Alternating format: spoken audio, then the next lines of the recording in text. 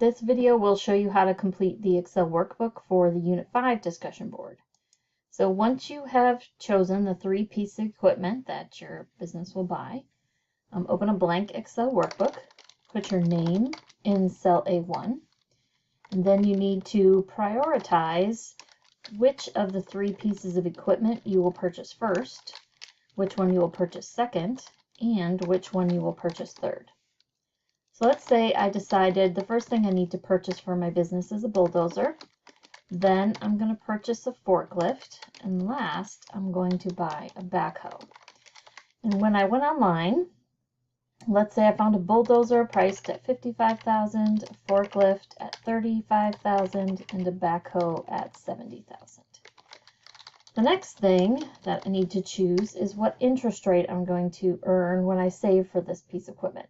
So since I'm saving for the bulldozer the least amount of time, I'm going to assume I get the lowest interest rate on that. So I'm going to choose 2% for the bulldozer. I'm saving a little bit longer for the forklift, so I'm going to choose 5%.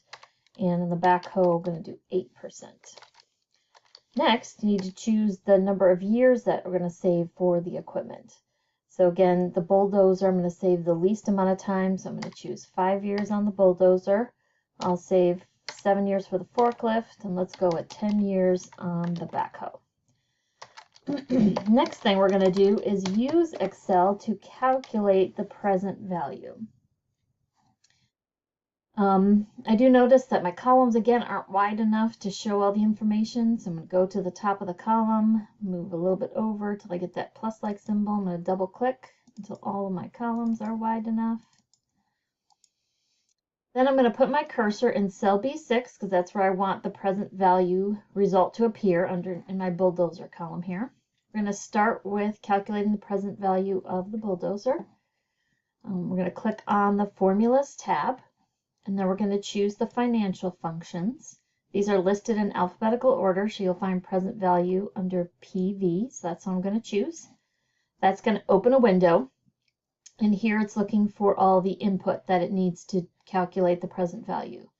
So on the bulldozer, the first thing it's looking for is the interest rate. So I chose 2%, which I could just type in there as a 2%. But what's actually going to work out better is if I choose the cell that Excel can pull the information from.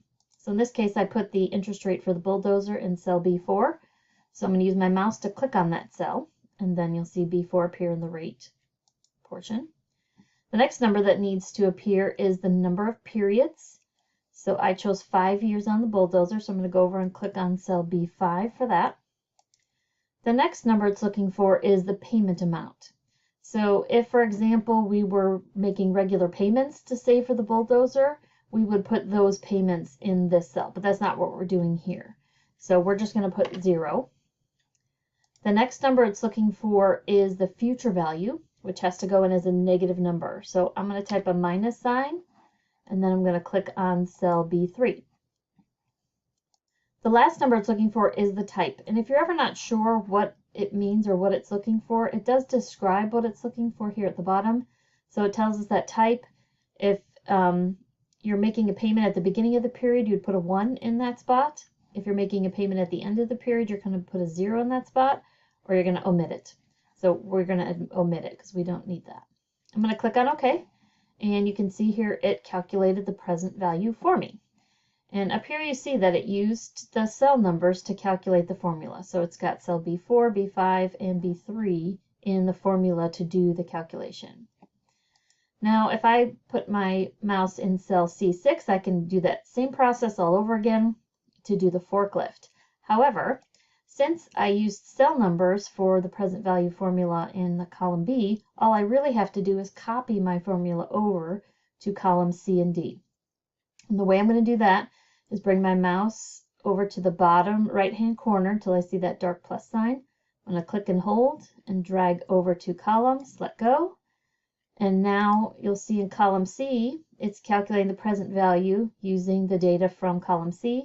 And in column D, it's using the present value from the data in column D.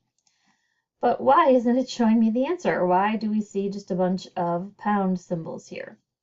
Well, that's because the column's not wide enough. So if ever you put in a formula and you see this, that means your column's not wide enough to show the result.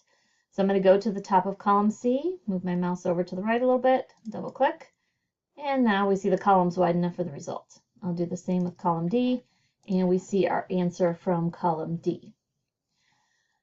Once you're happy with your table, you can open the snipping tool, and you're going to click on New, and then you get that plus symbol. You drag and hold your mouse until you highlight the area you want to snip and let go. And we see here is the snippet of the Excel spreadsheet that I'm going to use. So I'm going to go ahead and save it. And then I'm going to go into my discussion board.